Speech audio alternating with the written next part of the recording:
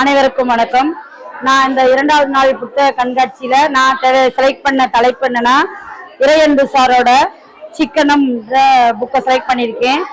எப்படி இந்த பொருளாதார சூழல் சிக்கல் நிறைந்த உலகத்துல எப்படி நம்ம சிக்கனமா இருக்கணும் அப்படின்றத கடைபிடிக்கிறதுக்காண்டி இதை செலக்ட் பண்ணியிருக்கேன். அப்புறம் என் பொண்ணுக்கு தேர்வில் வெற்றி பெறுவது எப்படின்ற தலைப்புல ஒரு புத்தகம் எடுத்திருக்கேன். அதுக்கப்புறம் மூளைக்கு சுற்றுலான்னு இறையன்பு சாரோட புத்தகம் எடுத்திருக்கேன்.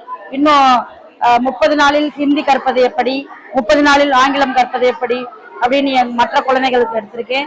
இந்த new century book private limited நடத்துகிற இந்த கண்காட்சி எங்களுக்கு ரொம்ப பிரயோஜனமா இருக்கு. இதுல நிறைய மாணவர்களும் டீச்சர்களும் பயன்பெறுறோம்.